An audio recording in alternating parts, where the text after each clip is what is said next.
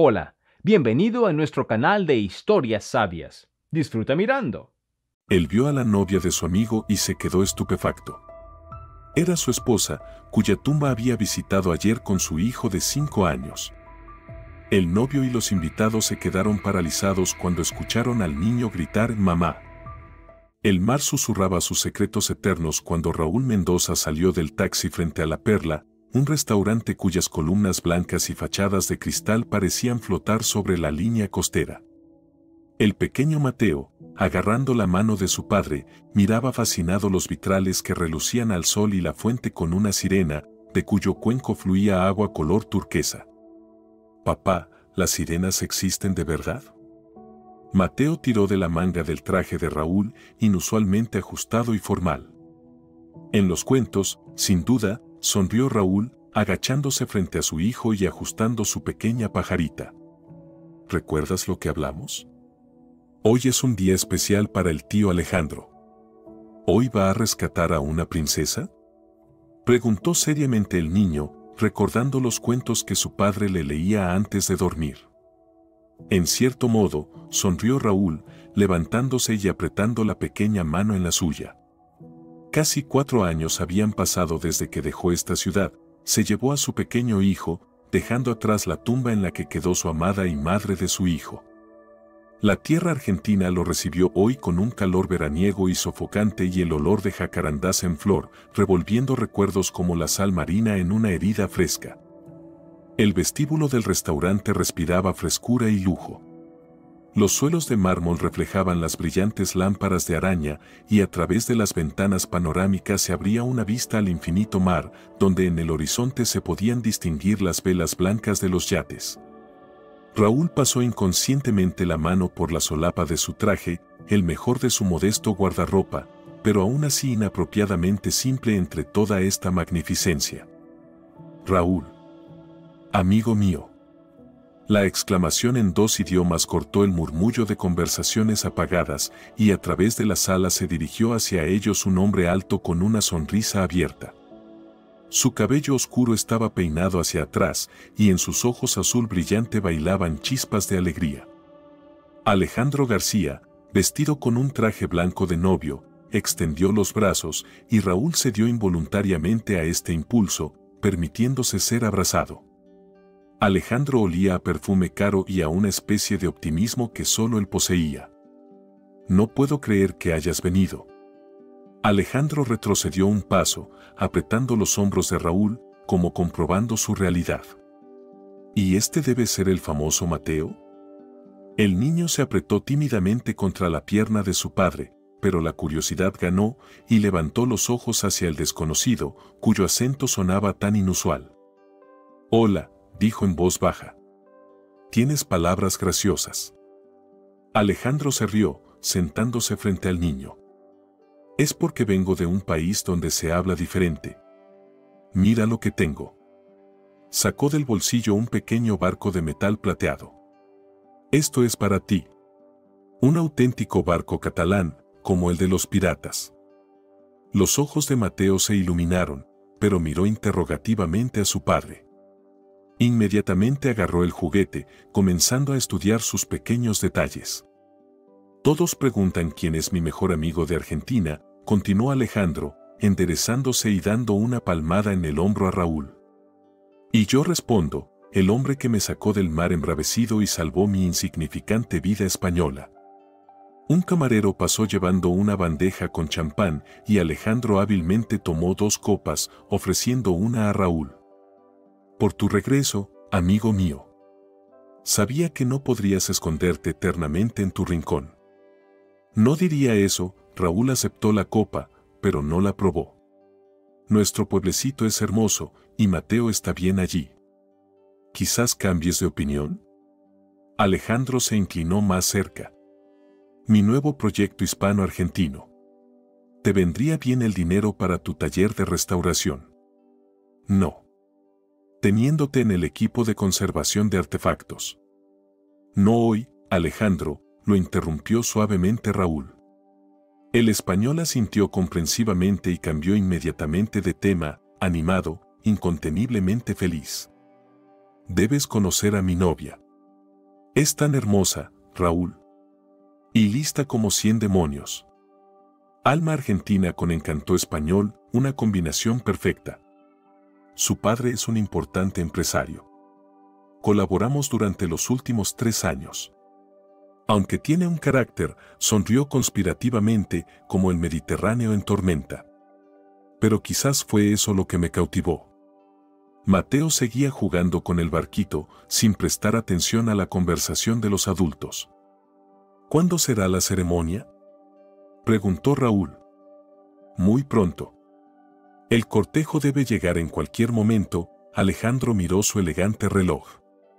Oh, necesito comprobar algo en la cocina. Volveré pronto. Ah, ahí está su padre. Raúl se giró siguiendo el gesto de Alejandro y se quedó paralizado. A través de la sala se dirigía hacia ellos un hombre alto y canoso con un rostro autoritario y fríos ojos grises. Los años apenas habían cambiado a Javier Rodríguez Ortega, solo añadieron plata a su cabello y, quizás, aún más dureza a la línea de su boca. Javier Rodríguez aún no había notado a Raúl discutiendo algo con el coordinador de la fiesta. Junto a él caminaba una elegante mujer, a quien Raúl recordaba como María Luisa, la madre de Isabel. Señor Rodríguez, llamó Alejandro. Conozca a mi amigo, del que le he hablado. Raúl Mendoza, ese Salvador. Javier Rodríguez volvió la cabeza y su mirada se encontró con la de Raúl. En el primer momento, en los ojos del empresario brilló confusión, luego reconocimiento y después el más puro terror sin disimular. Raúl, susurró María Luisa, palideciendo tan rápidamente que parecía que en cualquier momento se desmayaría. Alejandro miraba confundido de uno a otro. ¿Se conocen?, preguntó, pero nadie tuvo tiempo de responder. Detrás de las puertas de cristal se oyó el ruido de coches que llegaban. El cortejo nupcial había llegado y todas las cabezas se volvieron en su dirección. Un Rolls Royce blanco como la nieve, decorado con flores, se detuvo en la entrada principal. La puerta se abrió y de allí apareció primero un zapato estrecho, luego el borde de un vestido crema. El tiempo pareció ralentizarse cuando la novia en su completo atuendo nupcial entró en la sala. La luz del sol, penetrando a través de los vitrales, la envolvió en un resplandor dorado. Su cabello, recogido en un elegante peinado con perlas entretejidas, tenía reflejos cobrizos. Sus ojos, del color del mar después de una tormenta, miraban felices y seguros. «Mi amor», exclamó Alejandro, dirigiéndose hacia su novia. Raúl estaba de pie, incapaz de moverse, como si se hubiera convertido en una columna de sal. Ante él estaba Isabel, su esposa, la madre de su hijo, viva. Durante 4 años la había llorado, 4 años se dormía pensando en aquel accidente de coche, 4 años respondía a las preguntas de su hijo creciente sobre su madre, mostrándole sus fotografías. 4 años vivió con un abismo en el corazón, que gradualmente fueron llenando una nueva vida, una nueva ciudad y finalmente Carmen. Y ahora Isabel estaba aquí con un vestido de novia, preparándose para unir su vida con su amigo. «Papá. Papá». Mateo le tiraba del brazo, pero la voz de su hijo llegaba como desde lejos. «¿Por qué esta señora se parece tanto a la foto de mamá?». Raúl bajó la mirada hacia su hijo, y la realidad volvió con una claridad ensordecedora. Se puso de rodillas, sujetándose a los pequeños hombros de Mateo como a un salvavidas. Porque, su voz sonaba ronca, como si no le perteneciera, «Ella es tu madre, hijo». En ese segundo, Isabel finalmente los notó. Sus ojos se agrandaron, su hermoso rostro se desfiguró con una mueca de horror. El ramo de lirios blancos cayó de sus manos, desparramándose por el suelo de mármol como fragmentos de su vida anterior. Alejandro se quedó paralizado a medio camino hacia la novia, mirándola sin entender, luego a Raúl, al pálido Javier Rodríguez y, finalmente, al pequeño Mateo, cuyos rasgos faciales recordaban tan claramente a la mujer vestida de novia. «¿Qué está pasando?», preguntó en el silencio ensordecedor que siguió. La lámpara de araña de cristal sobre sus cabezas de repente pareció capturar de la penumbra cada detalle de esta escena: Isabel paralizada por el shock, Javier Rodríguez pálido, Alejandro desconcertado y Raúl, sosteniendo la mano de un niño pequeño, prueba viviente de un engaño monstruoso. El tiempo parecía haberse detenido, como una fotografía del momento en que se derrumban no uno, sino varios destinos a la vez. Y detrás de las ventanas panorámicas seguía brillando el sol despreocupado, y el mar, indiferente a los dramas humanos, suavemente empujaba las olas hacia la playa arenosa. 6 años atrás. La penumbra de los pasillos del museo envolvía a Raúl mientras terminaba de trabajar en un fragmento de una antigua pintura religiosa. Sus dedos se movían con precisión impecable. El contacto con pinturas centenarias requería no solo maestría, sino también un temblor especial. El mundo bajo la lámpara se reducía al tamaño de este cuadrado de madera, donde el rostro del santo gradualmente emergía de capas de tiempo y hollín, como volviendo del olvido. El reloj en el museo vacío dio las 10 cuando Raúl finalmente dejó sus herramientas. Fuera de las ventanas, el aire de septiembre se había espesado por la lluvia. Poniéndose su gastada chaqueta, saludó con la cabeza al guardia nocturno y salió bajo los chorros de agua. Las calles estaban desiertas. Solo las farolas derramaban luz amarilla sobre los charcos en los que temblaban reflejos invertidos de casas. La lluvia golpeaba despiadadamente sobre sus hombros, pero Raúl no tenía prisa. Había algo primitivo en este aguacero, como si la naturaleza misma lavara todo lo superficial, limpiando los contornos verdaderos de las cosas, similar a como él mismo quitaba capas de barniz oscurecido de las pinturas de viejos maestros. Girando hacia la avenida San Martín, notó una silueta en los escalones de una librería cerrada. La delgada figura de una chica, acurrucada bajo el toldo, parecía un fragmento tan fuera de lugar en el cuadro como un trozo de publicidad moderna en la pared de una antigua mansión.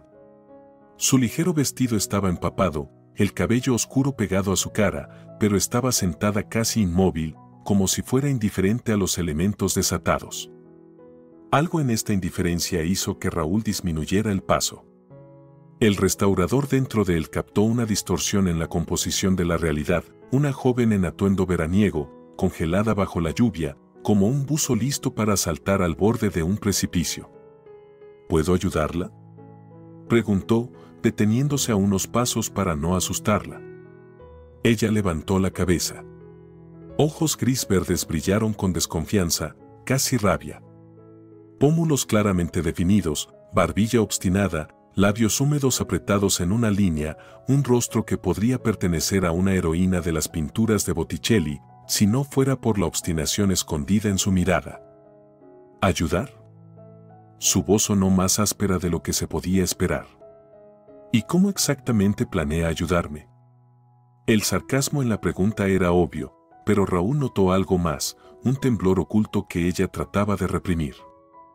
Posiblemente con un teléfono, para llamar a un taxi, propuso, extendiendo las manos. O al menos con un paraguas, pero lamentablemente no tengo. No, gracias, cortó ella, desviando la mirada. Estoy bien. Raúl se encogió de hombros. Después de todo, la vida ajena es como un artefacto antiguo, sin invitación no toques, puedes alterar el más delicado balance de conservación. Como diga. Buena suerte. Continuó su camino, sintiendo como el agua llenaba sus zapatos. El sonido de sus pasos se ahogaba en el susurro de la lluvia cuando detrás se oyó un chapoteo de pasos apresurados. Espere, la chica lo alcanzó, abrazándose los hombros en un inútil intento de calentarse. Lo siento, yo me comporté groseramente. El día ha sido terrible. Ahora que estaba a su lado, Raúl notó el tono azulado en sus labios y las manos enrojecidas por el frío. Ocurre, asintió él. Raúl. Isabel extendió una mano fría. Isabel Rodríguez. El apretón de manos fue corto. Su mano estaba helada. La lluvia se intensificó, convirtiendo la conversación en una lucha contra el ruido del agua. ¿Quizás quiera llamar a alguien? Raúl sacó su teléfono. padres, amigos? Isabel sonrió sin alegría. Ese es el problema, no recuerdo los números. El teléfono se quedó con una amiga, el monedero también. Discutimos en una fiesta, salí enfadada, y la lluvia comenzó cuando ya estaba a 3 manzanas. Intenté volver, pero ya no había nadie. Sus dientes castañeteaban y la explicación sonaba apresurada, como una respuesta preparada en cuya veracidad ambos interlocutores intentan creer. No es asunto tuyo, se dijo Raúl. Los problemas de chicas desconocidas no deberían preocuparme. Mañana temprano tengo que levantarme, trabajo complicado con frescos en la capilla. Pero el viento frío se intensificó, e Isabel involuntariamente presionó las manos contra su pecho en un gesto instintivo de protección contra los elementos. La tela completamente empapada del vestido acentuaba la fragilidad de su silueta. En ese momento, le recordó a una figurita de ninfa de un jarrón antiguo, grácil, indefensa, como si hubiera sido arrancada de su mundo habitual. ¿Debería confiar en una desconocida con una historia sospechosa? ¿Y si es algún tipo de esquema, una trampa? La voz de la razón advertía insistentemente. Raúl sabía bien que en el mundo de la restauración incluso la más mínima imprudencia puede arruinar una invaluable obra de arte. Y en la vida, probablemente, funciona el mismo principio. Pero había algo genuino en la forma en que ella trataba de mantener su dignidad, parada bajo la lluvia torrencial con labios azulados y ojos ardiendo de vergüenza. Mi apartamento está a 10 minutos caminando, escuchó su propia voz. Puede secarse y luego decidiremos qué hacer. Isabel lo miró con una larga mirada inquisitiva, como haciendo cálculos mentales complejos de riesgo. ¿No es un maníaco?, preguntó de repente, y en sus ojos brilló una inesperada chispa de humor. Solo un restaurador, mostró manos con manchas impregnadas de disolventes especiales y pigmentos.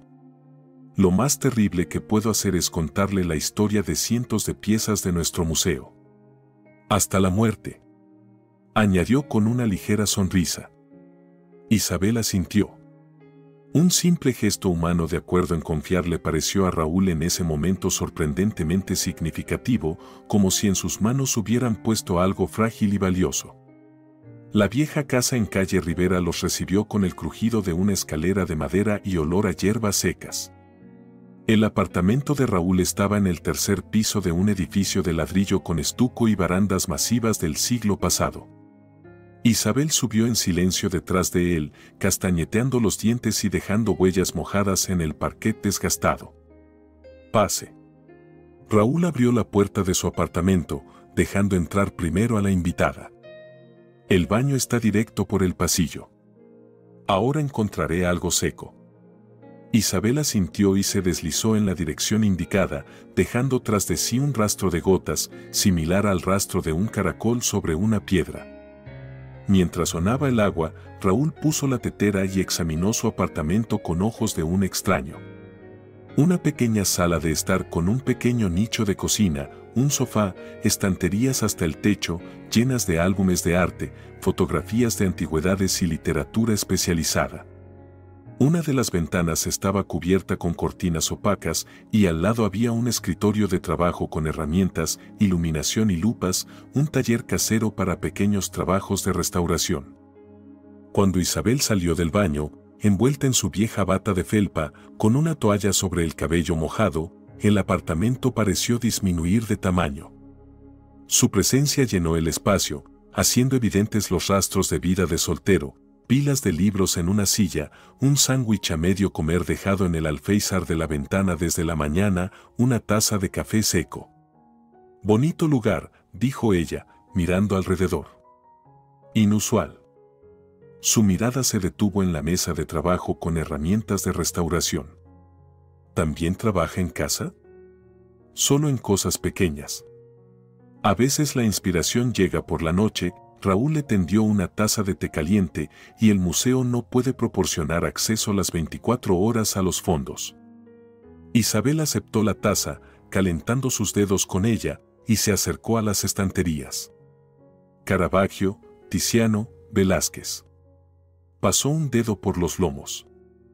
Colección impresionante. ¿Entiende de pintura? Se sorprendió Raúl. Estudio historia del arte, sonrió, y su rostro se transformó como si alguien hubiera encendido una luz desde dentro. Tercer año.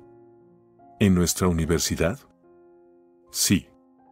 Aunque mi padre quería que estudiara en Madrid o Barcelona, en su voz aparecieron notas de irritación. Pero me quedé aquí para fastidiarlo. Pequeña rebelión de una chica de buena familia. Pronunció la última frase con ironía y se sentó en el sofá, recogiendo las piernas debajo de ella. En este gesto había algo sorprendentemente natural, como si ya hubiera estado aquí muchas veces. ¿Y usted?, preguntó, sorbiendo el té. ¿Siempre quiso ser restaurador? Raúl reflexionó. Normalmente prefería no hablar del pasado, pero en esta noche, entre el ruido de la lluvia fuera de la ventana, en la penumbra de su apartamento, la verdad parecía apropiada. Probablemente estaba predestinado. Se sentó en un sillón frente a ella. Mis padres eran arqueólogos. Crecí entre historias de excavaciones, artefactos antiguos, civilizaciones perdidas. De niña imaginaba cómo restauraban ciudades enteras de ruinas. Se calló, pero Isabel esperaba la continuación y él inesperadamente para sí mismo contó. Murieron en una expedición. Un derrumbe en una cueva. Yo tenía 12 años y me enviaron a un orfanato. Allí fue difícil, pero el director notó cómo dibujaba y me arregló un lugar en una escuela de arte. Y luego apareció Daniel Morales, un viejo restaurador que me tomó bajo su ala. Probablemente solo continuó el trabajo de mis padres, solo que ellos extraían el pasado de bajo tierra, y yo, de debajo de capas de tiempo. Isabel escuchaba sin interrumpir. En la penumbra sus ojos parecían oscuros, impenetrables, pero no había lástima en ellos, solo atención y algo parecido a comprensión. Mis padres están vivos y llenos de energía para controlar cada uno de mis pasos, dijo con tranquila amargura. Mi padre es empresario, de esos que creen que el dinero lo resuelve todo, cualquier problema, cualquier cuestión. Mi madre siempre está de su lado, aunque a veces me parece que por dentro está tan rota como las figuritas de cristal que colecciona. Colocó la taza sobre la mesa y echó la cabeza hacia atrás en el respaldo del sofá. Me consideran su propiedad, una inversión que debe traer dividendos en forma de un matrimonio prestigioso y nietos con el linaje correcto. Cuando dije que quería estudiar arte, mi padre casi me encierra en casa. Y aún así insististe en lo tuyo, observó Raúl. Sí, sonrió, y en esta sonrisa había una fuerza inesperada. Ese es mi talento, lograr lo que quiero, a pesar de todo. Fuera de la ventana, la lluvia gradualmente disminuía y el silencio entre ellos se volvía cada vez más cómodo. Hablaron hasta altas horas de la noche sobre arte y sueños, sobre recuerdos de infancia y miedos, sobre libros y películas. En algún momento, entre conversaciones sobre el Renacimiento y la discusión sobre la última exposición en la galería de la ciudad, Isabel se quedó dormida, acurrucada en el sofá, y Raúl la cubrió con una manta, tratando de no despertarla. Observó largamente su rostro dormido, sorprendido de cómo en pocas horas una desconocida en escalones mojados se transformó en una persona cuyos pensamientos y sentimientos extrañamente resonaban con los suyos propios. Como si dos fragmentos de un mismo fresco, separados por siglos, de repente se encontraran uno al lado del otro y encajaran perfectamente. La mañana llegó junto con rayos de sol que se filtraban a través de cortinas mal cerradas. Isabel se despertó primero y estaba sentada junto a la ventana, envuelta en una manta, mirando la ciudad lavada por la lluvia de ayer. En la mesita frente a ella había 2 tazas de café. «Buenos días», dijo cuando Raúl abrió los ojos. «Espero que no le importe que haya hecho algo en su cocina». A la luz de la mañana surgió una incomodidad entre ellos, consecuencia inevitable de la cercanía repentina que trajo la noche de confidencias. Isabel ajustó la bata, tratando de darse un aspecto más presentable. Y este movimiento era tan conmovedoramente femenino que Raúl sintió una punzada inesperada de ternura. Tengo que irme, dijo ella, desviando la mirada. Gracias por el refugio. Y por la conversación. Su vestido aún está húmedo, señaló él. Puede tomar algo de mi ropa, me lo devolverá después. Ella negó con la cabeza. No, iré con el vestido. Será más correcto. Raúl entendió, ella vuelve a su mundo, donde no se puede aparecer con ropa ajena y donde cada paso es monitoreado. Entonces al menos anote mi número, sugirió, por si vuelve a quedar bajo la lluvia sin paraguas. Isabel sonrió, y en esta sonrisa había una promesa que ambos aún no se atrevían a pronunciar en voz alta. Sin falta, dijo, sacando una pluma del bolsillo de la bata y anotando el número en una página arrancada de un bloc de notas. El otoño lluvioso apenas comienza. Y en estas simples palabras Raúl escuchó el comienzo de algo más grande que un encuentro casual bajo la lluvia de septiembre. El otoño pintó la ciudad en tonos terracota y dorados cuando Isabel reapareció en la vida de Raúl. Regresaba del trabajo, cansado después de un largo día restaurando un fresco opaco, y la vio en la puerta de su edificio. Llevaba un abrigo de cachemir color chocolate amargo y en sus manos una bolsa de papel voluminosa. Pensé que te vendría bien un café de verdad, dijo en lugar de un saludo, sacando de la bolsa una lata metálica. El que tienes en tu cocina se parece más a la muerte instantánea. Su cabello estaba recogido en un moño descuidado, revelando la elegante línea de su cuello. En sus ojos bailaban chispas de travesura, pero Raúl notó también una sombra de inseguridad escondida en las comisuras de sus labios. Su risa se derramó por la habitación, llenando el espacio con una energía nueva y desconocida. En sus manos no solo había café, sino también productos horneados frescos de una panadería española, una botella de vino y un álbum con reproducciones de obras de Rembrandt. «¿Te has preparado?», observó Raúl, ayudándola a colocar los regalos traídos sobre la mesa de la cocina. «Siempre me preparo para encuentros importantes», respondió simplemente, y en esta simplicidad había más sinceridad que en todas las palabras dichas en su primer encuentro. Así comenzó su relación, rápida e inevitablemente, como un torrente de montaña abriéndose camino entre piedras. Isabel venía casi todas las noches, trayendo libros, productos inusuales para una cena experimental o tarjetas postales antiguas encontradas en librerías de segunda mano. Llenaba su modesta vivienda con los sonidos de su voz, el aroma de su perfume, el calor de su presencia. El primer beso ocurrió en el crepúsculo de una tarde de octubre, cuando estaban sentados junto a la ventana, observando cómo la ciudad gradualmente encendía sus luces. Isabel estaba hablando de mosaicos bizantinos, y su mano accidentalmente tocó sus dedos. Un toque, similar a una descarga eléctrica, los hizo callar a mitad de frase. El tiempo se detuvo, disolviéndose en la penumbra de la habitación. Sus labios se encontraron inseguros, como pidiendo permiso, y luego con desesperada determinación de exploradores que dan un paso más allá del borde del mundo conocido. Nunca había sentido nada parecido, susurró Isabel cuando finalmente se separaron. En sus ojos flotaba sorpresa, como si hubiera descubierto en sí misma un nuevo espacio inexplorado. Raúl pasó los dedos por su mejilla, memorizando cada curva, cada sombra. «Yo tampoco», respondió, entendiendo que la verdad desde ahora tenía el sabor de sus labios. Su sentimiento creció, alimentado por conversaciones hasta el amanecer, intereses comunes y esa química especial que transforma a dos desconocidos en un todo único. Pero junto con eso crecía la conciencia del abismo entre sus mundos. Un día Raúl se atrevió a ir a la casa de Isabel. La mansión de los Rodríguez estaba ubicada en un distrito de élite de la ciudad, un edificio de 3 pisos de vidrio y piedra, rodeado por un jardín bien cuidado y una alta valla.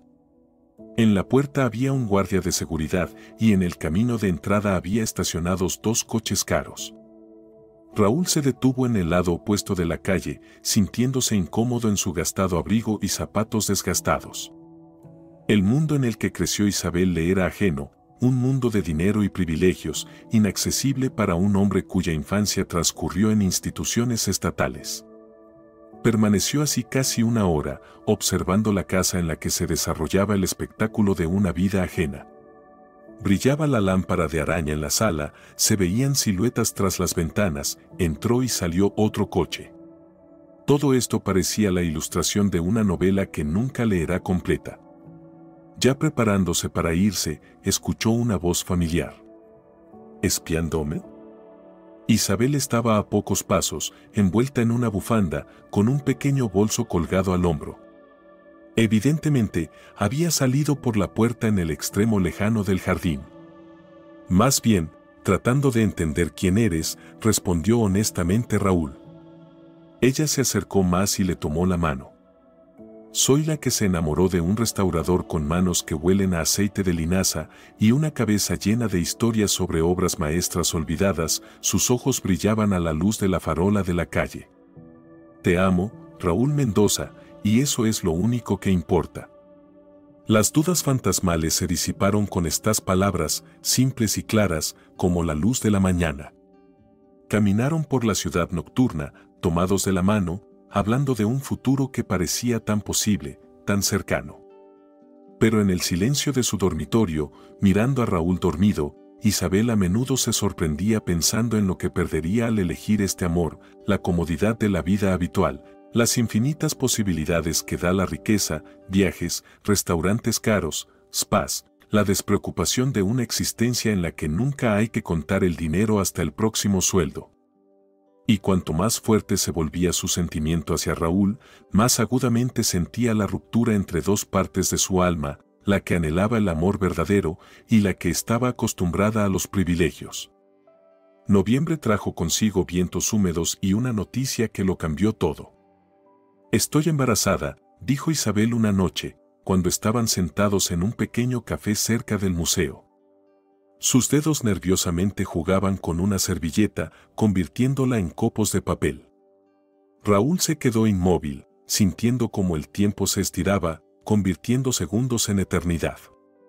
Miles de pensamientos pasaron por su cabeza, desde el terror hasta el éxtasis, desde la inseguridad hasta la determinación. Yo no lo planeé, continuó Isabel, sin levantar los ojos. 2 meses. Lo comprobé 2 veces. Raúl cubrió sus manos con las suyas, deteniendo los movimientos nerviosos. ¿Quieres este bebé?, preguntó en voz baja. Isabel finalmente lo miró. En sus ojos había lágrimas, pero sus labios se curvaron en una débil sonrisa. Sí, exhaló. Es una locura, pero sí. Él se arrodilló allí mismo, entre las mesas del café, sin prestar atención a las miradas sorprendidas de los clientes. Entonces cásate conmigo, dijo, mirando a sus ojos. No puedo ofrecerte un palacio o un yate, pero prometo amarte a ti y a nuestro hijo toda la vida.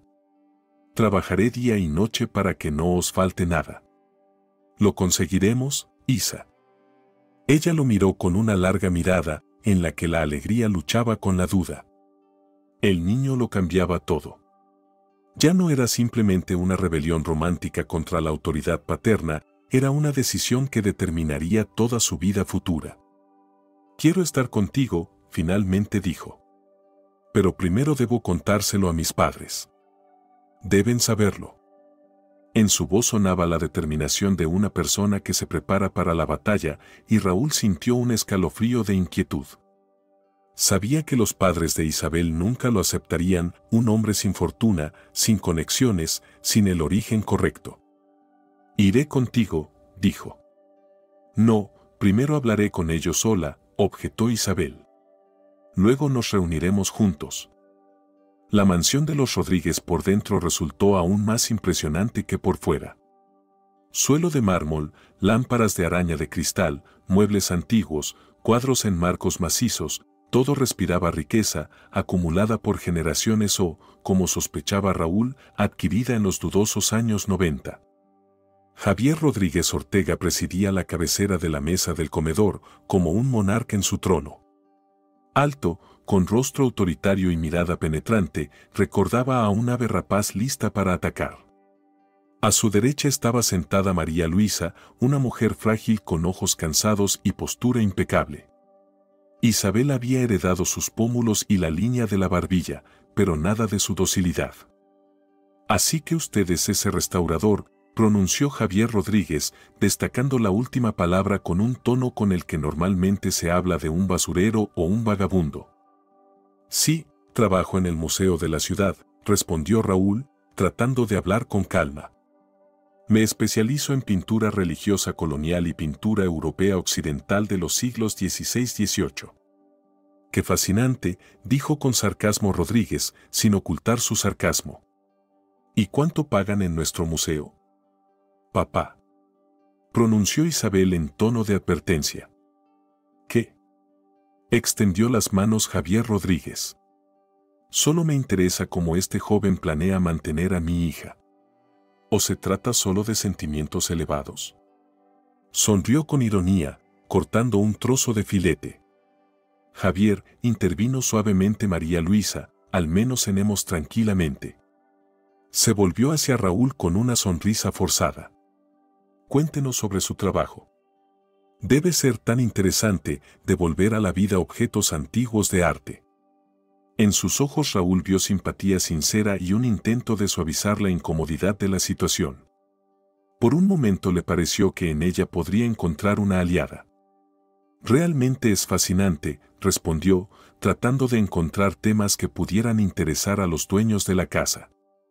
Ahora estoy trabajando en la restauración de una colección de miniaturas del siglo XVIII, recientemente donadas al museo por uno de los mecenas. Siempre he dicho que el mecenazgo es un desperdicio de dinero, resopló Javier Rodríguez, llenando su copa de vino. Nuestros nuevos ricos no tienen dónde gastar sus millones. ¿Y usted, entonces, es huérfano? Cambió bruscamente de tema. Javier. Ahora en la voz de María Luisa sonaba indignación genuina. ¿Qué pasa? Se encogió de hombros Rodríguez. Si este joven va a formar parte de nuestra familia, tengo derecho a conocer su linaje. Raúl sintió como el rubor cubría su rostro, pero se contuvo. Sí, mis padres murieron cuando tenía 12 años. Eran arqueólogos. Arqueólogos, dijo arrastrando las palabras Javier Rodríguez. Cavando en la tierra, supongo. ¿Y dónde vivían? ¿En una residencia? En un apartamento, respondió brevemente Raúl. En una ratonera como esa donde llevas a mi hija. Ahora Rodríguez miraba a Isabel. Sí, querida, estoy al tanto de tus escapadas. Isabel apretó el tenedor tanto que los nudillos se le pusieron blancos. Lo amo, papá, dijo desafiante. Y no me importa dónde viva o quiénes fueron sus padres. Amor, bufó despectivamente Javier Rodríguez. Por supuesto. Y cuando tu príncipe no pueda comprarte el próximo capricho o pagar tus facturas de las boutiques, ¿entonces qué? El amor se evaporará más rápido que un café caliente en el frío. Suficiente. Isabel se levantó de la mesa. No vine aquí para escuchar insultos. Raúl y yo nos amamos, y estaremos juntos, les guste o no. Isabelita, comenzó suplicante María Luisa, papá solo está preocupado por tu futuro. Tal vez podrían conocerse mejor. No hay necesidad de apresurarse con decisiones serias. El caso es, mamá, Isabel tomó un respiro profundo, que vamos a tener un hijo. El silencio que siguió a estas palabras fue tan denso que parecía que se podía tocar con la mano. María Luisa palideció, y el rostro de Javier Rodríguez, por el contrario, se llenó de sangre. ¿Qué has dicho? Siseó. Estoy embarazada, pronunció clara y fuertemente Isabel. Raúl y yo nos casaremos, y tendremos un hijo. Javier Rodríguez se levantó lentamente, apoyándose en la mesa con manos pesadas. No habrá boda, dijo en voz baja, y este silencio era más aterrador que cualquier grito. Hay clínicas que resuelven tales problemas. Mañana mismo concertaré una cita. Y tú, miró a Raúl como si fuera un insecto, desaparecerás de la vida de mi hija. Inmediatamente. Isabel se rió con una risa amarga, casi histérica. No has entendido nada, papá. No estoy pidiendo tu permiso. Solo te estoy informando. Javier Rodríguez golpeó la mesa con el puño, haciendo saltar las copas de cristal. Si te casas con este don nadie, puedes olvidarte de tu herencia. Del apartamento, de las cuentas, de las tiendas, de tu vida despreocupada. Todo lo que tienes me pertenece a mí, y no permitiré que algún advenedizo se apodere de la fortuna que he creado toda mi vida.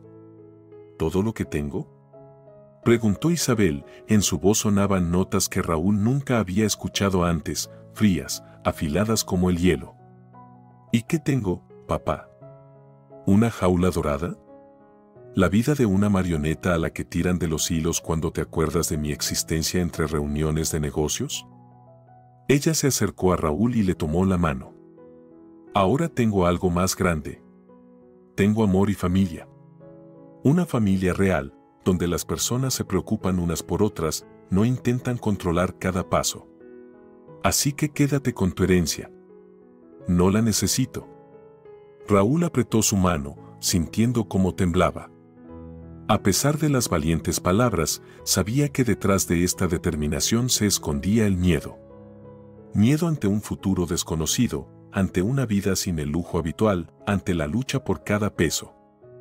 Isabel. María Luisa se levantó, extendiendo la mano hacia su hija. No hagas esto. Encontraremos una manera de llegar a un acuerdo. Pero Isabel ya se dirigía hacia la salida, llevando consigo a Raúl. Si cruzas el umbral de esta casa, puedes no volver. Le gritó Javier Rodríguez. Ella se detuvo por un momento, se volvió, y en su rostro apareció una sombra de duda, tan rápido que solo podría notarla alguien que conociera realmente bien a Isabel.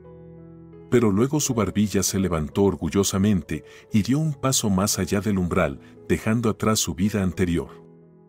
Ya en la calle, cuando se sentaron en un taxi, Isabel se apretó contra Raúl y él sintió como sus hombros se sacudían por sollozos silenciosos.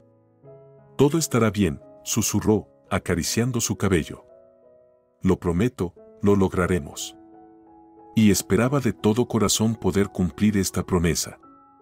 Su boda tuvo lugar en el círculo íntimo de amigos de Raúl, varios colegas del museo, el anciano maestro Daniel Morales y una joven pareja de arqueólogos con quienes había mantenido contacto desde la infancia. Por parte de Isabel no había nadie. La puerta de la casa de sus padres se cerró detrás de ella con el sonido sordo de la finalidad. En lugar de una celebración ostentosa, organizaron una modesta cena en un pequeño café. Isabel llevaba un vestido blanco sencillo, comprado el día anterior en una tienda normal, pero la sonrisa en su rostro brillaba más que cualquier diamante. En ese momento, cuando dijo sí, sus ojos brillaban con tal certeza inquebrantable que Raúl creyó, realmente podrían construir la felicidad solo los dos, apoyándose únicamente en el amor y el apoyo mutuo. ¿Mirando a Dalí? Isabel se inclinó sobre su hombro. En las manos de Raúl había un pincel fino con el que restauraba un fragmento de un cuadro de un artista poco conocido que imitaba al maestro español. Sí, aquí hay un trabajo complicado con la textura. Alguien limpió mal el lienzo hace unos años. Raúl se frotó los ojos cansados. Las manecillas del reloj marcaban mucho después de la medianoche. Fuera de la ventana del pequeño apartamento caía la nieve de diciembre. 3 meses de su matrimonio transcurrieron en una rutina que se volvía cada vez más tensa. Isabel tomó un permiso académico en la universidad. El embarazo transcurría con dificultad. Raúl aceptaba cualquier trabajo adicional, tratando de ahorrar dinero antes del nacimiento del bebé. El horario se volvió agotador, trabajo principal en el museo, luego encargos privados que realizaba por las noches en su improvisado taller casero. Isabel se sentó en una silla a su lado, acariciando su vientre ya notablemente redondeado. «Calenté la cena», dijo en voz baja. «¿Comes?». Había en su voz alguna ruptura que Raúl, sumergido en el trabajo, no notó o no quiso notar, porque ya no quedaban fuerzas para conversaciones sinceras. «En media hora», respondió, sin apartar la vista del cuadro. Necesito terminar con este fragmento. Isabel lo miró en silencio durante unos segundos, luego se levantó y se fue al dormitorio. El plato con comida enfriándose quedó en la mesa como un reproche silencioso. Por las noches ella lloraba cada vez más a menudo, pensando que su marido no la oía. Pero Raúl oía, simplemente no sabía qué decir y cómo consolar, pues hacía todo lo que podía, trabajaba hasta el agotamiento, economizaba en todo. Incluso reemplazó sus pinceles profesionales por alternativas más baratas. Y a ella siempre le parecía poco. ¿O quizás el problema era otro? Mateo nació en una soleada mañana de mayo. Su primer grito llenó la sala de maternidad con algo nuevo, sincero, uniendo a su pequeña familia. Raúl sostenía en brazos un pequeño bulto, mirando la carita arrugada con una naricita respingona y sintiendo como su corazón se desintegraba en pedazos y luego se recomponía, pero ya conteniendo otra vida. «Es hermoso», susurró, inclinándose hacia la exhausta pero feliz Isabel. «Gracias». En ese momento parecía que se habían encontrado de nuevo. Las primeras semanas después del nacimiento del hijo estuvieron llenas de preocupaciones compartidas, noches sin dormir y la tranquila alegría de los nuevos padres. Raúl aprendió a cambiar pañales y preparar fórmula. Isabel se abrió en la maternidad, mostrando una ternura y cuidado que él no había notado antes en ella. Pero a medida que Mateo crecía, las sombras volvían a acumularse en su hogar.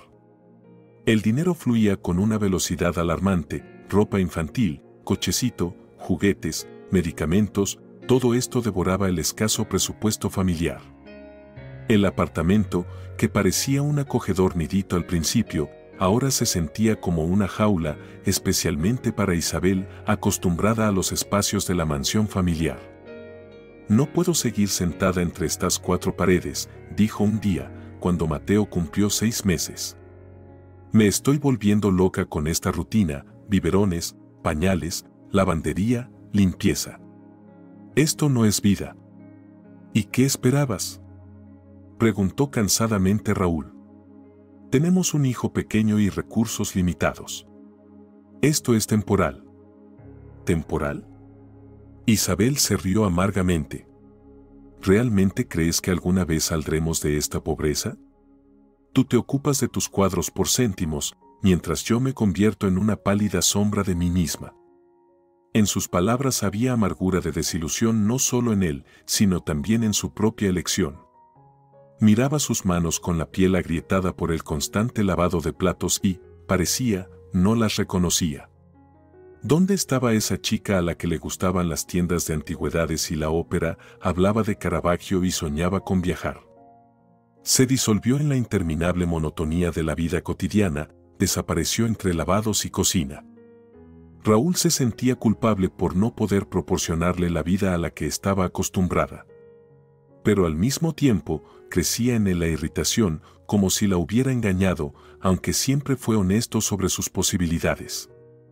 Discutían cada vez más a menudo, primero en susurros, para no despertar a Mateo, luego cada vez más fuerte, y después callaban, cada uno en su propia emigración interior. Isabel dejó de compartir sus pensamientos con él.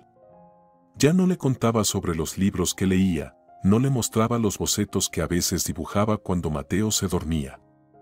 Estaba físicamente a su lado, pero su mundo interior se cerraba cada vez más para él, como un museo después del cierre, solo sombras en salas vacías y exhibiciones silenciosas. Y él, sumergido en el trabajo y el cuidado de su hijo, no notó de inmediato cómo ella se escabullía, como tampoco notó cuando comenzó a reunirse secretamente con su madre. «Mamá solo quiere ver a su nieto», dijo Isabel, preparando una bolsa con cosas del bebé. «Nos encontraremos en el parque, pasearemos un poco». Raúl le ayudó a poner a Mateo un mono abrigado. El niño ya tenía casi 1 año. Intentaba caminar, agarrándose a los muebles, o pronunciaba sus primeras palabras. «Dale saludos de mi parte», dijo Raúl sin especial entusiasmo. María Luisa nunca había mostrado iniciativa para conocer mejor a su yerno. Estos encuentros se volvieron regulares. Isabel regresaba de ellos animada, con rubor en las mejillas, como si hubiera respirado aire fresco. Traía juguetes y ropa para Mateo de parte de la abuela, que parecían demasiado caros. Un día Isabel regresó con pendientes de oro, que según ella llevaban mucho tiempo en casa de su madre, desde su juventud. Raúl fingió creerle. El día en que Mateo cumplió 1 año, sonó una llamada inesperada. Raúl atendió el teléfono y escuchó una voz que no esperaba. «Buenas tardes, Raúl Adriano», dijo Javier Rodríguez en tono oficial. «Supongo que hoy es el cumpleaños de mi nieto». Raúl asintió en silencio, luego, dándose cuenta, respondió. «Sí. Me gustaría», en la voz de Rodríguez sonó por primera vez algo parecido a la incertidumbre, invitar a su familia a cenar con nosotros con motivo de la celebración. Este encuentro fue incómodo, pero fue el primer paso hacia la reconciliación. Javier Rodríguez se mantuvo contenido, pero observaba atentamente a su nieto, que gateaba con confianza por la alfombra de la sala. María Luisa no ocultaba su alegría, finalmente teniendo la oportunidad de comunicarse abiertamente con su hija y nieto.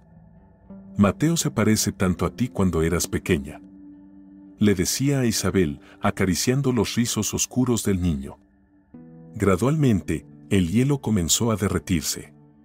Javier Rodríguez ofreció ayuda, primero pequeña para el nieto, luego cada vez más sustancial. Y una noche hizo una propuesta que lo cambió todo. ¿Por qué vivir apretados en su apartamento cuando en nuestra casa hay tanto espacio? El ala este está vacía. Tendrán entrada separada, total independencia.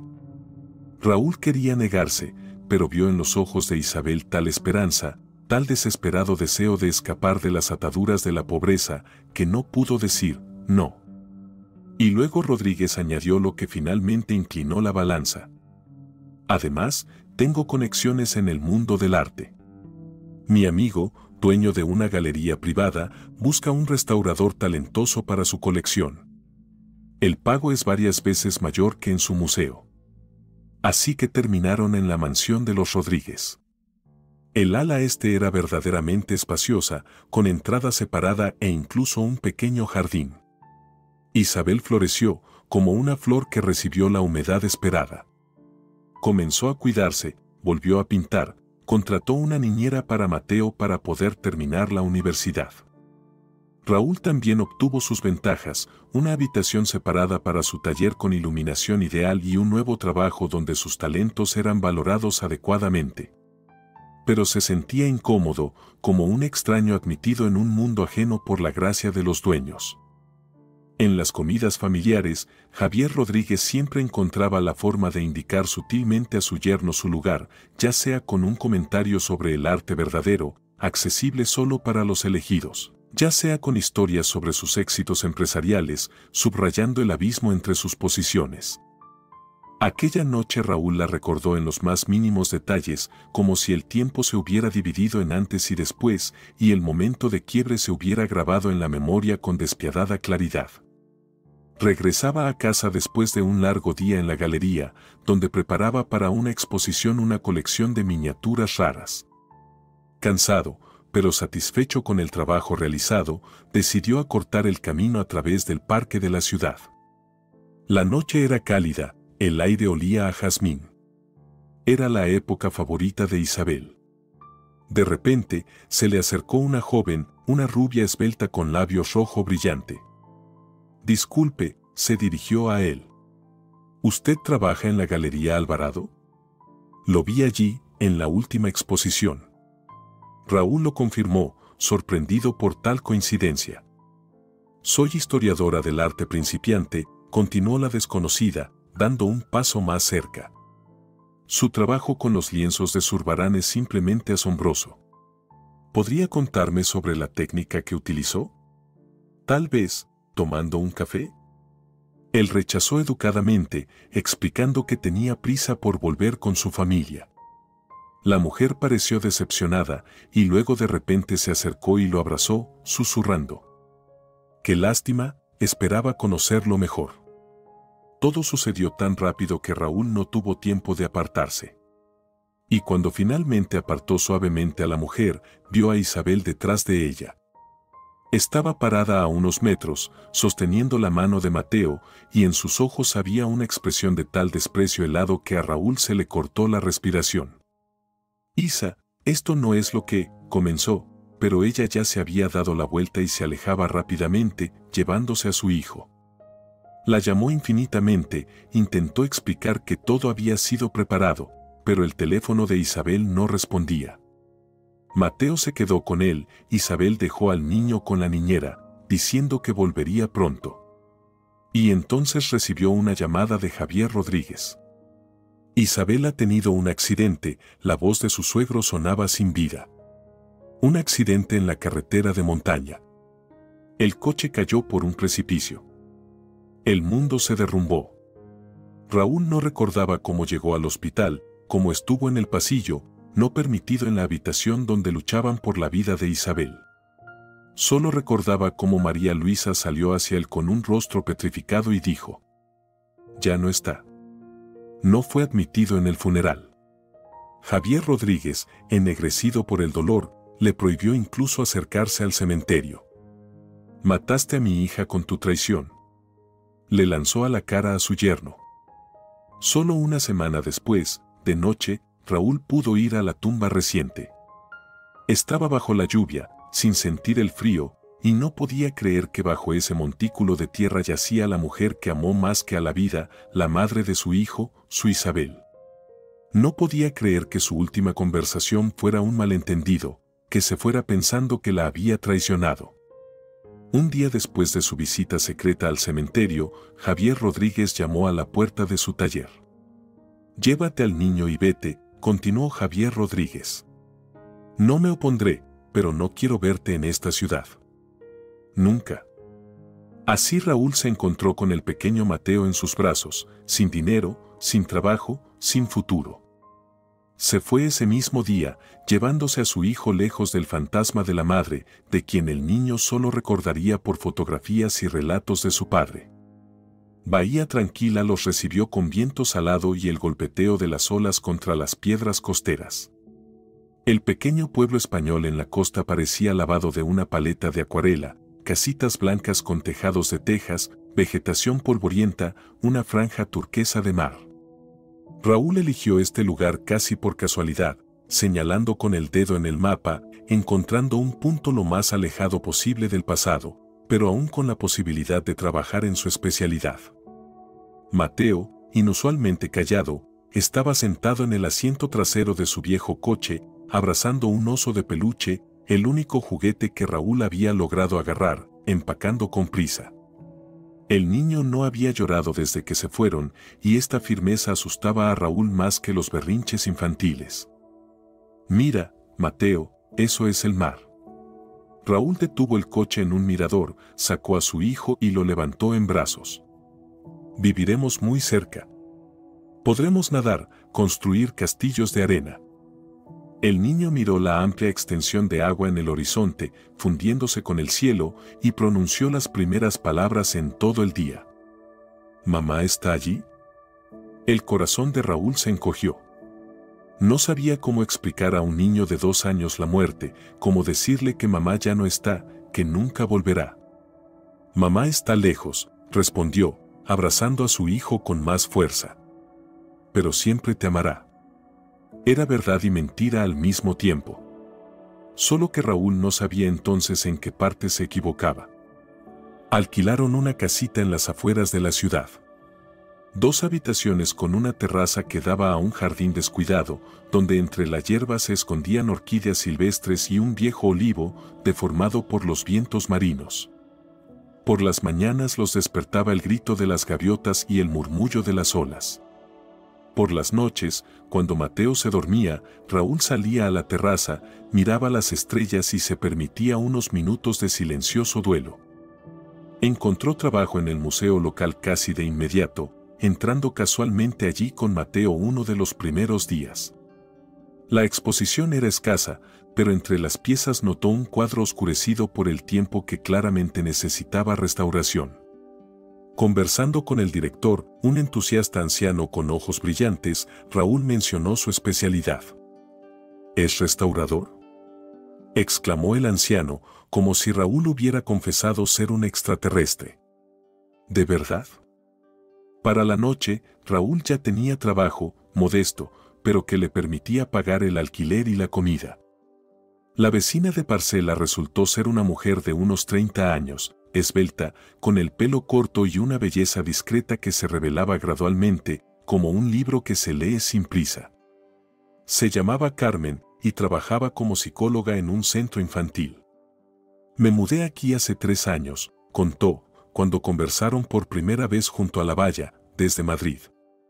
A muchos les parece extraño dejar la capital por la provincia, pero necesitaba reiniciarme. Ese día Mateo se rió por primera vez en mucho tiempo. Carmen le mostró cómo hacer pompas de jabón que atrapaban los rayos del sol y esparcían el arco iris por el jardín. Tiene un niño encantador, le dijo a Raúl. Pero veo ansiedad en sus ojos. ¿Perdió a su madre? Raúl asintió, incapaz de pronunciar esta terrible verdad en voz alta. «Puedo ayudar», dijo simplemente Carmen. «Es mi trabajo, y además, entiendo». Venía casi todas las noches después del trabajo, traía libros infantiles, juegos educativos, a veces repostería casera, que olía a canela y a hogar. Con Mateo hablaba de igual a igual, sin hablar con diminutivos, pero tampoco cargándolo con explicaciones complejas.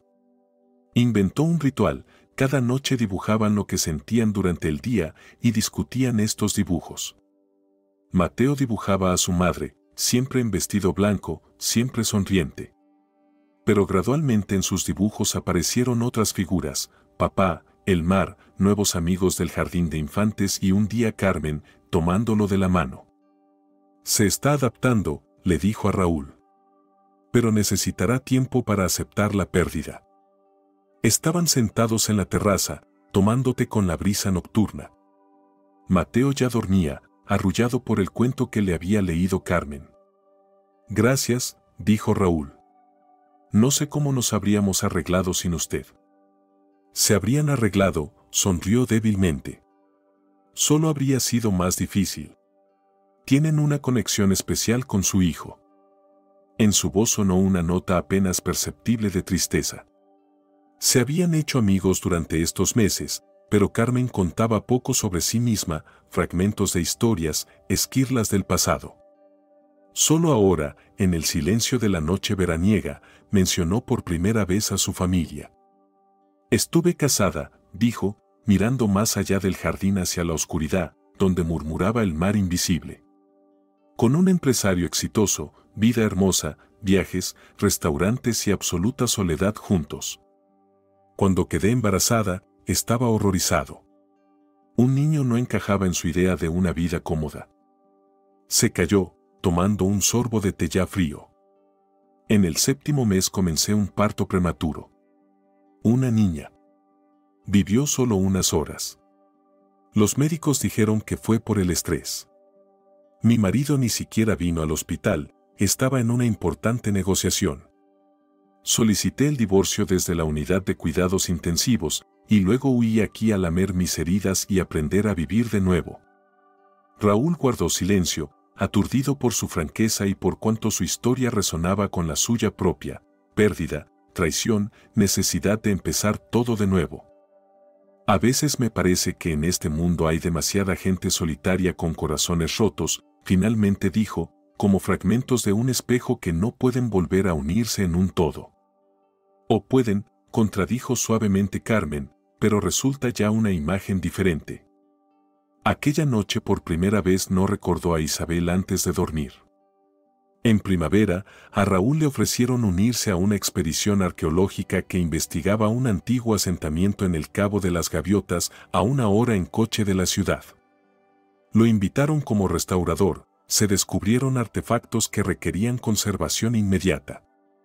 «Por supuesto», lo apoyó Carmen cuando compartió sus dudas. «Mateo puede quedarse conmigo unos días. Nos llevamos muy bien». Así lo decidieron. Mateo ya confiaba plenamente en Carmen e incluso se alegraba por la próxima aventura, como él lo llamaba. La expedición consistía en una docena de arqueólogos de diferentes países. El antiguo asentamiento había despertado interés internacional. Allí Raúl escuchó por primera vez sobre un historiador español que debía unirse a ellos en un par de días, especialista en conexiones comerciales de antiguas culturas mediterráneas. Alejandro García apareció al tercer día de trabajo de Raúl, atlético, bronceado, con una sonrisa eterna y gesticulación enérgica que hacía sus palabras especialmente expresivas. Resultó ser un entusiasta de su campo, podía hablar durante horas sobre las rutas de antiguos navegantes y procesos de intercambio entre diferentes culturas.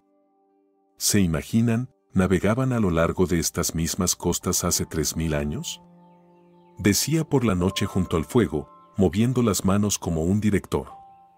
En barcos que ahora consideraríamos un suicidio. ¡Qué valentía! Raúl escuchaba con interés. La pasión por la historia estaba en su sangre por sus padres arqueólogos, cuyas expediciones recordaba solo en fragmentos de recuerdos infantiles. Trabajaron bien juntos rápidamente, Raúl restauraba la cerámica encontrada, Alejandro estudiaba los ornamentos y sacaba conclusiones sobre su origen y pertenencia cultural. Dos especialistas complementándose, como partes de un mismo mecanismo. El tiempo cambió repentinamente, como sucede en la costa mediterránea. Por la mañana aún había sol, y para el mediodía el cielo se cubrió de nubes plomizas. Se levantó viento, haciendo batir las tiendas como velas. El líder de la expedición anunció una evacuación de emergencia. Todos sabían cuán crueles podían ser las tormentas aquí. Debemos lograrlo antes de que se intensifique por completo, dijo, organizando la carga del equipo. De lo contrario, no podremos pasar por la carretera costera. En la prisa, Raúl no notó inmediatamente la ausencia de Alejandro. Lo recordó solo en el coche, cuando ya salían del campamento. ¿Dónde está García?, preguntó al colega sentado a su lado. Creo que ya se fue con el primer grupo, respondió inseguro. Pero una voz interior le decía a Raúl que no era así. Recordó la conversación de la mañana, Alejandro quería examinar unas cuevas en el cabo lejano, esperaba encontrar allí rastros de un antiguo culto. «Deténganse», gritó al conductor. «Debo comprobarlo». Trataron de disuadirlo. La tormenta se intensificaba con cada minuto, olas oscuras con crestas blancas ya salpicaban sobre las piedras costeras. Pero él insistió. Saltando del coche, prometió revisar rápidamente el cabo y alcanzarlos en el camino de regreso. El viento casi lo derribaba y la lluvia azotaba su rostro cuando Raúl corría a lo largo de la costa hacia las cuevas. El camino, que por la mañana tomaba 15 minutos de caminata tranquila, ahora se convirtió en una lucha contra los elementos. No vio a Alejandro de inmediato. El español salía de la cueva, cargado con una tableta y una cámara, cuando una enorme ola cubrió el saliente rocoso. Alejandro resbaló, cayó, y la siguiente ola lo arrastró al mar. Sin pensarlo, Raúl se lanzó tras él. El frío quemó su cuerpo cuando se sumergió en el agua embravecida. La espuma salada le llenaba los ojos y la nariz, las olas lo volteaban como una astilla, pero nadaba obstinadamente hacia la figura oscura que luchaba contra la corriente. Alejandro ya estaba agotado cuando Raúl llegó hasta él. Juntos, ayudándose mutuamente, lograron salir a la orilla con dificultad, no donde Alejandro había caído, sino más lejos, donde las rocas costeras formaban una pequeña bahía, protegida de las olas más fuertes. «Gracias», dijo con voz ronca Alejandro, cuando se derrumbaron sobre la grava, respirando pesadamente. «Pensé que era mi fin». Pasaron toda la noche en una pequeña cueva gruta, empapados, congelados, pero vivos. Raúl encontró en sus bolsillos algunos caramelos que le había dado Mateo, para la buena suerte, papá. Esto bastó para sobrevivir más de 10 horas. Los encontraron al día siguiente, un grupo de búsqueda con perros. Para entonces, Alejandro ya ardía de fiebre y los dedos de Raúl estaban entumecidos, primeros síntomas de neumonía. Ambos fueron llevados al hospital del distrito, donde pasaron una semana en la misma habitación. Alejandro se recuperaba más rápido, un organismo joven y el optimismo sureño hacían su trabajo. Entretenía a las enfermeras con sus historias, coqueteaba con las doctoras y le contaba a Raúl historias sobre su infancia en Bilbao, donde su abuelo era guardián de un faro. Nunca he tenido un amigo verdadero, confesó Alejandro una noche, cuando ya estaban mejorando. Compañeros, colegas, socios de negocios, sí. Pero nadie que arriesgara su vida por mí. Ahora soy tu deudor, Raúl, para toda la vida. No digas tonterías, lo rechazó Raúl. Cualquiera hubiera hecho lo mismo. No, negó con la cabeza Alejandro. No cualquiera. Y no atribuyas al instinto lo que fue una elección consciente. Cuando los dieron de alta, Alejandro insistió en quedarse en la ciudad unos días más para asegurarme de que estás completamente bien, como explicó. Conoció a Mateo y a Carmen, los llevó a todos al mejor restaurante de la ciudad, modesto según estándares de capital, pero con excelente cocina, trajo juguetes para el niño y vino para los adultos. La última noche antes de su partida, estaban sentados en la terraza de la casa de Raúl. Mateo ya dormía, arrullado por un nuevo cuento. Carmen se había ido a su casa, dejando a los hombres a solas. «Sabes, amigo mío», dijo pensativamente Alejandro, mirando las estrellas, «quiero contarte algo. Estoy enamorado». Raúl sonrió. «Espero que no de nuestra enfermera local Dolores». «No, aunque es encantadora», se rió Alejandro. «De una chica de Argentina. Su padre es mi socio comercial. Colaboramos desde hace varios años. Es inteligente, hermosa, un poco misteriosa. Le pedí su mano y ha aceptado. Felicidades», dijo sinceramente Raúl. «¿Cuándo es la boda?» «En un mes». Alejandro se volvió hacia él y a la luz de la farola sus ojos brillaban con sinceridad. «Y realmente quiero que vengas. Tú y Mateo. Será en tu ciudad natal, en el restaurante La Perla. ¿Lo conoces?» Raúl se estremeció interiormente. Recordaba ese lugar, un lujoso establecimiento a orillas del mar, donde los padres de Isabel a menudo almorzaban. «¿Entonces vendrás?», insistía Alejandro. «Significa mucho para mí. El hombre que me salvó la vida debe estar a mi lado en el día más feliz».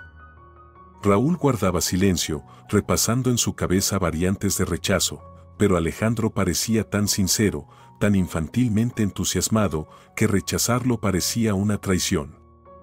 «Yo, no estoy seguro de poder», finalmente respondió. «Mateo, el trabajo». Y ahí está con su hijo en el restaurante La Perla, donde el silencio resonaba como una cuerda tensa, lista para romperse al más mínimo toque. El tiempo se detuvo en la lámpara de araña de cristal, desparramándose en fragmentos iridiscentes por el suelo de mármol, donde hace unos momentos se había desparramado el ramo de la novia. Mateo apretaba con fuerza la mano de su padre. Su corazón infantil captaba intuitivamente la tormenta suspendida en el aire. «Mamá», repitió el niño, probando la palabra como una fruta desconocida. «Papá, ¿es realmente mi mamá?». Isabel estaba de pie, como una estatua, en su vestido crema, incapaz de dar un paso hacia adelante o hacia atrás. Su rostro, que hace un minuto brillaba con la felicidad de una novia, ahora expresaba tal horror primitivo que parecía que estaba mirando a la muerte misma. Alejandro alternaba su mirada entre ella y Raúl, entre Raúl y Mateo, tratando de unir fragmentos de un rompecabezas que no encajaba en su conciencia. ¿Qué significa esto? Su voz cortó el silencio, devolviendo el tiempo a su curso habitual. «Isabel, Raúl, ¿se conocen?». Javier Rodríguez, reaccionando, fue el primero en dar un paso adelante, tratando de tomar el control de la situación. «Alejandro, discutamos esto en un ambiente privado, sin extraños». «¿Extraños?». En la voz del español sonó metal. «Este hombre salvó mi vida, ¿y usted lo llama extraño?». Quiero saber la verdad. Ahora mismo. Isabel finalmente reaccionó y levantó la barbilla, un gesto familiar para Raúl que significaba que había tomado una decisión. ¿La verdad? Su voz sonaba inesperadamente firme. La verdad es que este hombre es mi exmarido, el padre de mi hijo, a quien abandoné. ¿Abandonaste? Alejandro pronunció esta palabra como si quemara la lengua. Dijiste que nunca habías estado casada, que no tenías hijos. Mentí, respondió simplemente Isabel, mirando directamente al novio, como había mentido todo este tiempo. Su calma era más aterradora que cualquier histeria. Raúl sentía como Mateo se apretaba contra su pierna y en este gesto infantil había más comprensión de la situación de lo que podrían expresar cualesquiera palabras. ¿Pero cómo? Alejandro se volvió hacia Raúl. Dijiste que tu esposa había muerto. Eso creía, respondió en voz baja Raúl. Me dijeron que había muerto en un accidente de coche. Todas las miradas se dirigieron a Javier Rodríguez. Estaba de pie, erguido como un centinela en su puesto, pero en sus ojos flotaba el desconcierto de un amo de la situación que repentinamente perdió el control. Sí, escenifiqué su muerte, finalmente pronunció. Para proteger a mi hija de una relación destructiva, para devolverla a la familia, donde pertenece. ¿Escenificó la muerte de una persona? Alejandro retrocedió. ¿E hizo creer al padre y al niño que su esposa y madre estaba muerta? Esto es un crimen. Fue cuidado. Objetó Javier Rodríguez. Mi hija merecía algo mejor que languidecer en la pobreza con un hombre incapaz de proporcionarle una vida digna. No hables así. Intervino repentinamente María Luisa. Su habitual voz suave se volvió más fuerte. No transfieras la responsabilidad, Isabel no fue secuestrada. Ella misma decidió irse, ella misma accedió al engaño. Todos somos culpables de esto. Isabel permanecía de pie, con los ojos bajos, sin contradecir a su madre. Su silencio era más elocuente que cualquier palabra. ¿Es cierto? Alejandro se volvió hacia su novia. ¿Abandonaste voluntariamente a tu hijo, haciéndole creer que habías muerto? No entiendes. Ahora en la voz de Isabel sonaba no la seguridad, sino la desesperación. Me asfixiaba en esa vida. Eterna pobreza, manos ajenas manchadas de pintura, un pequeño apartamento donde no hay lugar para mí misma. Quería más. Merecía más. ¿Y tu hijo? Preguntó en voz baja Alejandro. Él también merecía algo mejor que la mentira sobre la muerte de su madre. Isabel miró a Mateo y en su mirada apareció algo parecido al remordimiento, pero solo por un momento y fue reemplazado por la acostumbrada firmeza. Lo dejé con un padre que lo amaba más que a la vida. No le faltaba nada. Excepto una madre, la voz de Raúl sonó inesperadamente para él mismo. Excepto la verdad.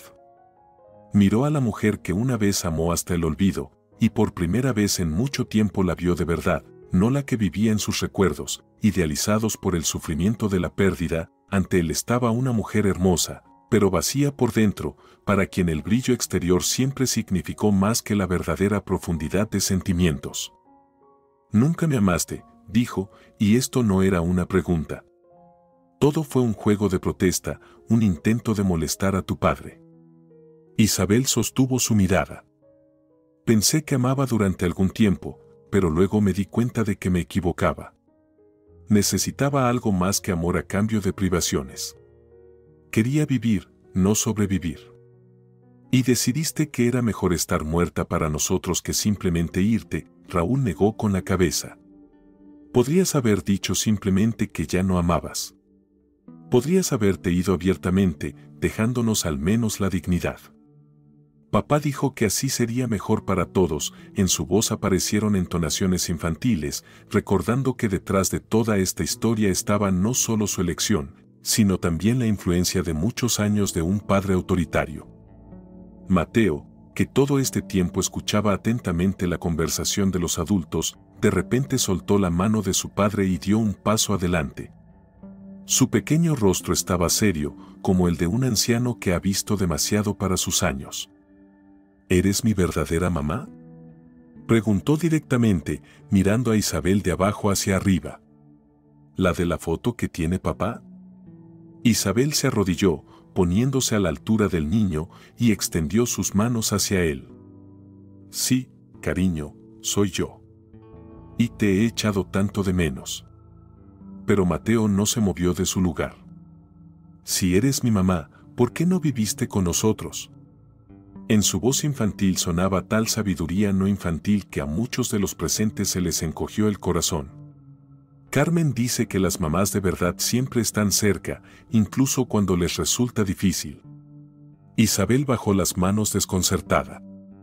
No sabía qué responder a la simple pregunta del niño. A veces los adultos cometen errores, comenzó. ¿No querías ser mi mamá?, continuó Mateo con la despiadada franqueza infantil. Quería, pero... ¿entonces por qué no lo fuiste? Isabel se levantó, su rostro se torció de dolor, real, no fingido. Porque fui débil, finalmente respondió.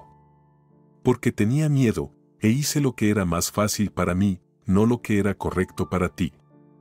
En esta confesión sonó la primera nota de verdad. Quizás, el primer paso hacia una comprensión real de sí misma. Pero para Mateo era demasiado complicado. Retrocedió, tomando nuevamente la mano de su padre. Quiero ir a casa, le dijo a Raúl. Al mar y a Carmen.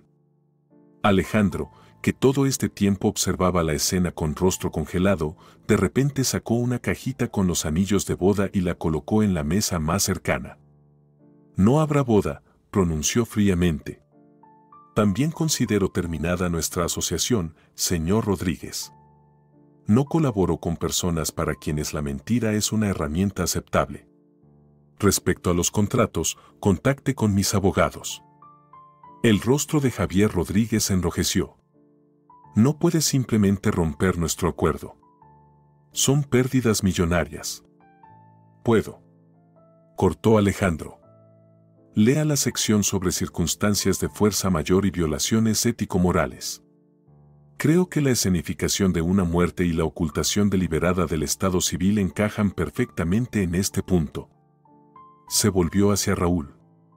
Lo siento, amigo mío. No lo sabía. Lo juro, no lo sabía. Te creo, respondió simplemente Raúl. Y también lo siento. Tomando a Mateo en brazos, se dirigió hacia la salida. En la puerta se volvió y se encontró con la mirada de Isabel por última vez. En sus ojos había lágrimas, pero ya no podía decir si eran sinceras o no y, de hecho, eso ya no importaba. Cuando se fueron, en el lujoso salón de la Perla reinó un silencio sepulcral. Isabel se sentó en una silla, mirando al vacío frente a ella.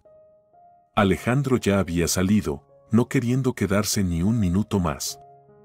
Los invitados conversaban confusos, sin entender qué había sucedido. María Luisa se acercó a su marido y por primera vez en muchos años lo miró sin el habitual miedo. Destruiste la vida de nuestra hija con tu egoísmo, Javier, dijo en voz baja. Y la mía también. Javier Rodríguez se desplomó en una silla, envejecido repentinamente una década. Su imperio, construido sobre la capacidad de manipular y controlar, comenzó a derrumbarse, como un castillo de naipes que pierde una sola carta en su base. Quería lo mejor, murmuró. Para ella, para todos nosotros. No, negó con la cabeza María Luisa. Querías que todo fuera a tu manera. Son cosas diferentes. Raúl y Mateo regresaron a Bahía Tranquila 3 días después. Durante todo el camino apenas hablaron, cada uno a su manera procesaba lo sucedido. Mateo dibujaba mucho con lápices de colores que siempre llevaba consigo. En sus dibujos estaban el mar, su casita, Carmen y un gran sol que calentaba todo alrededor. Cuando el tren se acercó a la estación, vieron en el andén una figura familiar. Carmen los esperaba, cubriéndose los ojos del sol con la mano y escudriñando las ventanas de los vagones. Mira, papá. Carmen. Mateo se pegó a la ventana. Su rostro se iluminó con la primera sonrisa sincera en estos días. Vino. Salieron del vagón y Mateo corrió hacia Carmen, abrazándola en plena carrera. Ella lo levantó, girándolo en el aire, y luego miró a Raúl sin preguntas, sin reproches, simplemente con comprensión y calidez, que eran más importantes que cualquier palabra. «Bienvenidos de vuelta», dijo en voz baja. «Carmen», Mateo rodeó su cuello con sus pequeños brazos, «¿serás mi mamá?» «¿De verdad?» Ella se quedó inmóvil, mirando a Raúl con ojos muy abiertos. En ellos se leía una pregunta que no se atrevía a pronunciar en voz alta. «Yo», comenzó, pero Raúl la interrumpió. «Sobre esto hay que preguntar no solo a Carmen, sino también a mí», le dijo a su hijo con fingida severidad. «Y tales preguntas no se hacen en la estación». Sacó del bolsillo una pequeña caja de terciopelo, comprada ayer en la ciudad, mientras Mateo dormía en el hotel. «Iba a hacer esto de manera más romántica», dijo, abriendo la caja, en la que brillaba un modesto anillo con una turquesa del color de su mar, pero, al parecer, el destino decidió de otra manera. «Carmen, ¿te casarás conmigo? ¿Con nosotros?» Sus ojos se llenaron de lágrimas y Mateo inmediatamente se preocupó. «¿Estás llorando? ¿No quieres ser mi mamá?» «Quiero», sonrió a través de las lágrimas. «Mucho quiero. Solo que a veces la gente llora de felicidad. Qué extraños son estos adultos», observó seriamente Mateo, provocando en ambos un ataque de risa, la primera risa sincera en muchos días. Un año después, su casa floreció y se transformó, al igual que el jardín que la rodeaba. Raúl convirtió la terraza en un taller de verano, donde trabajaba en pedidos para museos y coleccionistas privados. Su talento fue reconocido no solo en su pequeña ciudad, sino también fuera de ella. Carmen seguía trabajando con niños, pero ahora tenía consulta privada en una extensión de la casa. Mateo se preparaba para ir a la escuela, un niño serio con ojos pensativos y risa contagiosa, que adoraba a su hermanito pequeño, que estaba a punto de cumplir 3 meses. La carta de Alejandro llegó inesperadamente. Un sobre ordinario con sellos españoles, escrito con caligrafía pulcra. Raúl lo leyó a solas, sentado junto al mar, y por la noche relató el contenido a Carmen. Alejandro escribía que después de la boda frustrada pasó varios meses en su olivar en Andalucía, reflexionando sobre la vida y sacando conclusiones. Luego regresó a Argentina, pero ya con otros objetivos. Abrió su propia galería en Buenos Aires, especializada en intercambio cultural entre Argentina y España. «Encontré mi vocación», escribía. «Y lo que es más importante, encontré el amor verdadero con una artista argentina cuya obra presenté en mi galería. Es auténtica, Raúl, sin máscaras ni juegos. Con ella entendí cuán vacías eran mis relaciones anteriores». Mencionó que había oído hablar del colapso del negocio de Javier Rodríguez. Tras la ruptura de su asociación, siguieron otras rescisiones de contratos, luego una investigación del Servicio de Impuestos. De Isabel no sabía nada. «Espero que encuentre su camino, aunque sin duda será difícil». Alejandro terminaba la carta con una invitación a visitar su galería y la promesa de venir de visita. Esa noche, al acostar a Mateo, Raúl notó que el niño había sacado una fotografía de debajo de la almohada, una vieja foto de Isabel que había guardado todos estos años. «Papá». Mateo miró a su padre con seriedad. Ella era bonita, pero triste por dentro. «Sí», Raúl se sentó al borde de la cama, sorprendido por la perspicacia de su hijo. «Sí», respondió, «probablemente así era». «¿Y todavía te enojas con ella por dejarnos?». Raúl se quedó pensativo.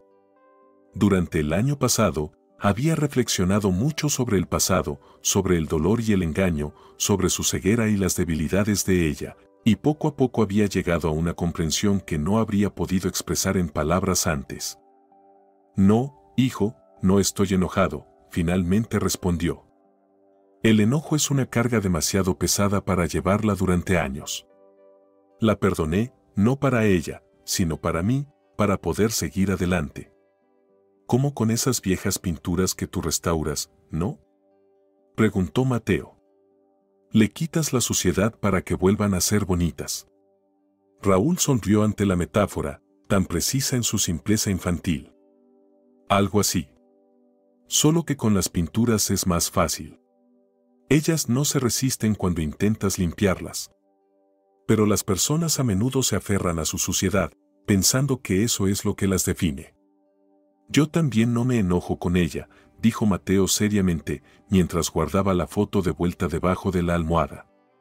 Pero me alegra que ahora tenga una mamá de verdad, que no me va a dejar. Raúl besó a su hijo en la frente y apagó la luz. Al salir a la terraza, vio a Carmen, de pie junto al barandal mirando las estrellas. Se acercó por detrás y la abrazó. «Sabes», dijo en voz baja, «Mateo me preguntó sobre Isabel y me di cuenta de que realmente la perdoné». Carmen se giró hacia él. «Y está bien», dijo ella, tocando su mejilla. «El perdón no libera a quien perdonas, sino a ti mismo». Se quedaron abrazados bajo el cielo estrellado, escuchando el susurro de las olas y la respiración tranquila de sus hijos dormidos tras la ventana abierta. La vida no era perfecta, era real, con dolor y alegría, con pérdidas y hallazgos, con lecciones que aprendían de cada prueba. En el horizonte oriental comenzaba a clarear, el amanecer del nuevo día se acercaba, como un símbolo de su vida que continuaba a pesar de todas las grietas y fisuras, devolviendo la integridad donde antes solo había fragmentos de esperanzas rotas. Gracias por pasar tiempo con nuestros héroes. ¿Qué harías en el lugar de Raúl? ¿Perdonarías a la persona que fingió su muerte y te dejó sola con un niño o guardarías rencor hasta el final de tu vida? O tal vez, como Isabel, ¿elegirías la comodidad en lugar del verdadero amor? Esta historia nos recuerda que la vida rara vez es en blanco y negro y las personas no son perfectas. Cada uno de los personajes de este relato tomó decisiones basadas en sus miedos, ambiciones y visiones de la felicidad. Y cada uno recibió sus propias lecciones. Si te ha gustado la historia, por favor, dale un me gusta y suscríbete al canal.